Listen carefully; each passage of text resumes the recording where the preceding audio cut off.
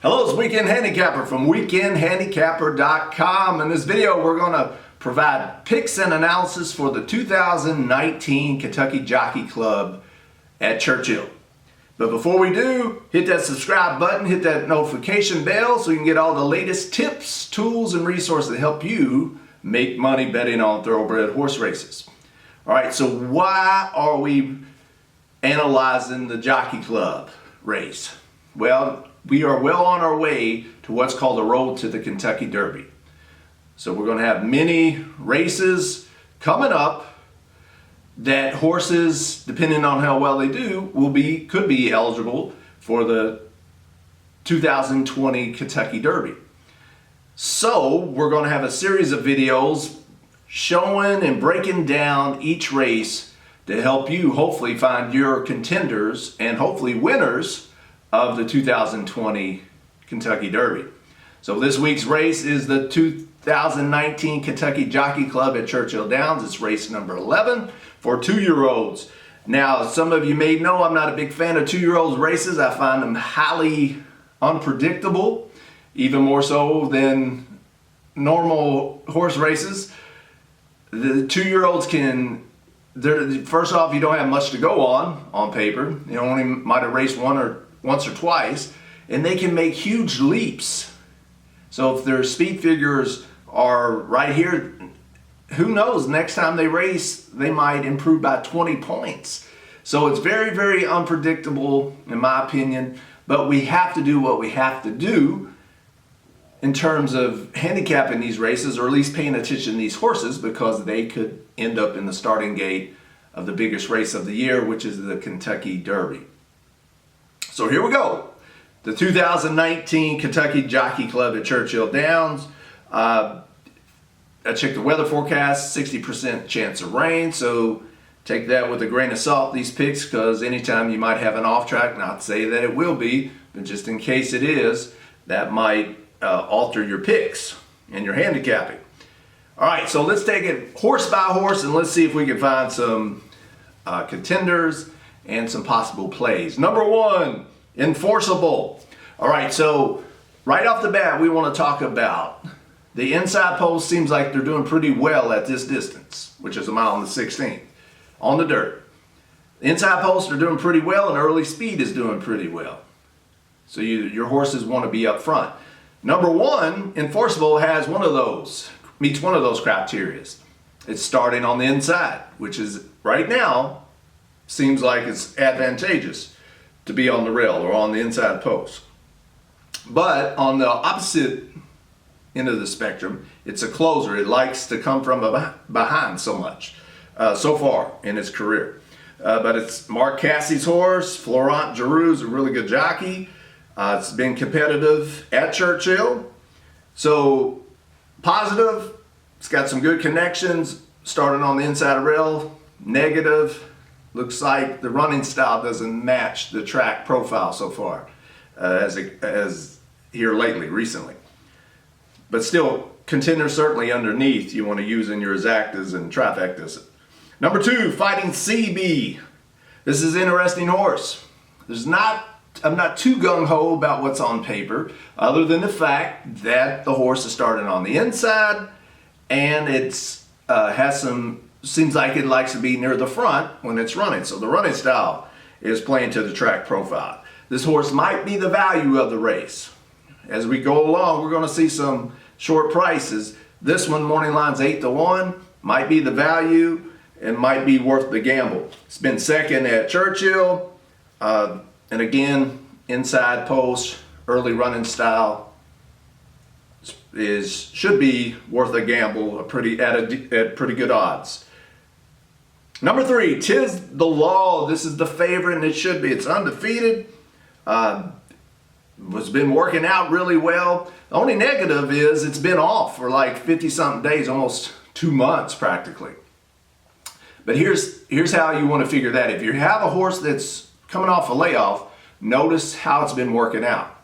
If it's been working out okay, then you shouldn't be deterred by the layoff. This horse has been working out well, so don't let the layoff fool you. It's a good horse. It's undefeated. It's never won at Churchill, never raced at this distance, and that could be some reason enough to play against number 3, Tiz the Law, but it's morning line favorite, as it should be. It's probably going to be tough to beat number 3, Tiz the Law. Number 4, South Bend, for you Notre Dame fans out there. It's another logical horse. This one, compared in contrast to Tiz the Law, South Bend has won at Churchill, but has never won at this distance. So if you're somebody that's big on competitive at distance angle, you want a horse that has raced the same distance that they're racing at today, then that might be a negative. The trainer's really good with 2-year-olds, has pretty good percentages. That, I think number 4 is a definite contender. It's a good horse, and it's got a lot of good things going for it, and it might be a better price than number 3, Tiz the Law. So if you like chalk, if you like betting logical contenders, then number 4 makes a lot of sense. Number 5, Silver Prospector, Steve Asmussen, Santana Jr. Really good connections, been competitive at distance and at Churchill. It wouldn't surprise me because this horse does something, because it's got a good early speed. Early speed could be advantageous in this year's Jockey Club race. Number 6, Finnick the Fierce, I believe is how you say it. It's a long shot and needs to drastically improve, but it drastically improved last time. This is what I was saying earlier. It went from 1 speed figure, big jump in speed figures if you're a speed figure player last time. Now, is it peaked out, or can it make another significant improvement and do really well? If so, then man, you got yourself a live long shot. But it's facing some good competition in here, and the post positions are matching up with the good competition, so that makes the favorites even more logical in my opinion. Number 7, New Eagle, Mike Maker. You got an early speed horse here. It's won at this distance. If this horse gets out to the early lead, that's its only chance to win, but if it wins, it's going to be a decent price, a really good price, matter of fact. But that outside post, can it get to the front, to the rail, and steal it? That's your gamble with this horse. It's going to be tough, though. Number 8, it's going to be tough to win this race for number 7, New Eagle, I mean. Number 8, Two Last Words, long shot. I won't include this in number 9, Shotsky. I like that name, but I don't bet names ever. Another long shot, outside post, is a negative. So how am I going to play and bet the 2019 Kentucky Jockey Club race? I try to stay away from 2-year-olds races as much as I can. But for the sake of this video, I'll probably put a few bucks on something, and that something will probably be number 2, Fighting CB, because it's the value. I like the inside post. I don't think this is the best horse by far. I gotta gamble on the track bias, on the inside post position, and on the early running style, or a little off the pace, the little presser running style that this horse has. At the price. The price determines the bet. You hear me say this all the time in these videos. Price is the bet. I think number 3, Tiz the Law, for sure is the best horse. Number 4, South Bend, is another worthy candidate of a win bet.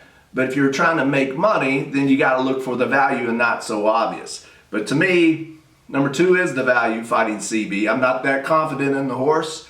Just put a small little win wager on it. I am pretty interested in number 4, South Bend, if it can beat number 3, Tiz the Law. Tiz the Law's really good. It might be a really good, legitimate favorite. If you like that horse, definitely bet it.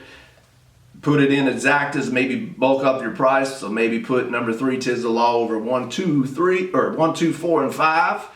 I think it's all about the inside post position. So like 1 through 5. I know that's more than the inside, but I'm saying if you're trying to find exotic combinations, that might be the way to go, at least in your exactas. So maybe 3 and 4 over 1, 2, and 5, whatever the case may be, right?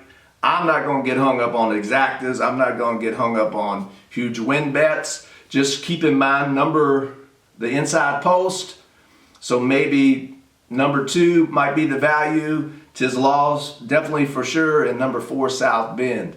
How you do exactas and trifectas is up to you. I'm not going to get crazy with them. But if you did, I would be highly recommending that maybe play those inside horses, pair those up, and see where your value is and see where you're getting more bang for your buck on those exacta payouts if you're going to try to play that. Should be Tis the Law's race to lose for sure. Number 4, South Bend, is certainly a legitimate contender, but the value might come from number 2, Fighting CB. So, I would love to hear who you like in this year's Kentucky Jockey Club race. Leave a comment below, tell us who you like. If you like this video, hit that like button, hit that subscribe button, hit that notification bell. And until next time, happy handicapping, smart wagering, and I'll see you on the road to the Kentucky Derby.